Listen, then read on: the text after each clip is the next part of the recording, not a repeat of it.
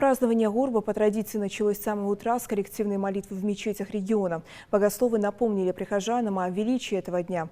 Праздник жертвоприношения – один из самых значимых для мусульман. Его отмечают в 10-й день месяца Зуль-Хиджа, и длится он несколько дней.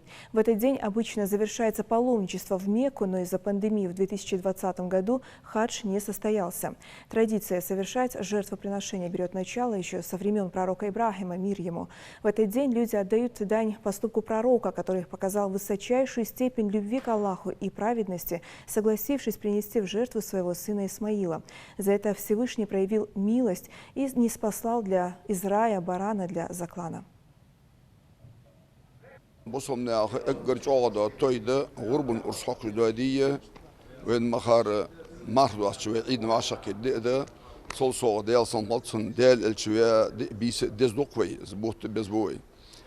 وغنا يدرس خلرفت يعني على شا دال أنت عليه الصلاة والسلام كونوا مع الجماعة تصحن خلص يعني تصحن مليارد مليارد أدمو تهان زعنشار بوقشار آمين والجدودش تيجي دا جوب دخول أولي أشخبه أخيت من وجدات ديكن جوب طولوين.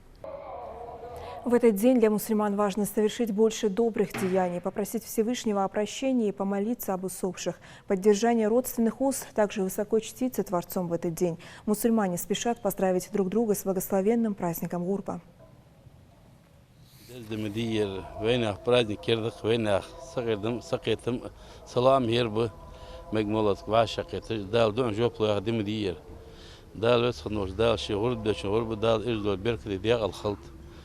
بدي دال مسخن وجه مسي موج ماشي وج يخشر مارخ بوت غربن بوت عين بوت دال ماشي وتبغى بولوين دال بوصل نعمل ولشن بركة دولدير دال ديال دولش زينا ظلمة مخلور ببولش تبغى بال يختوه بول تبين بال تير دعيت بولش دال ديال تعيش إلش بق شيء أستاذ قابل بيجبوش بوصل نها دال ديال دولدير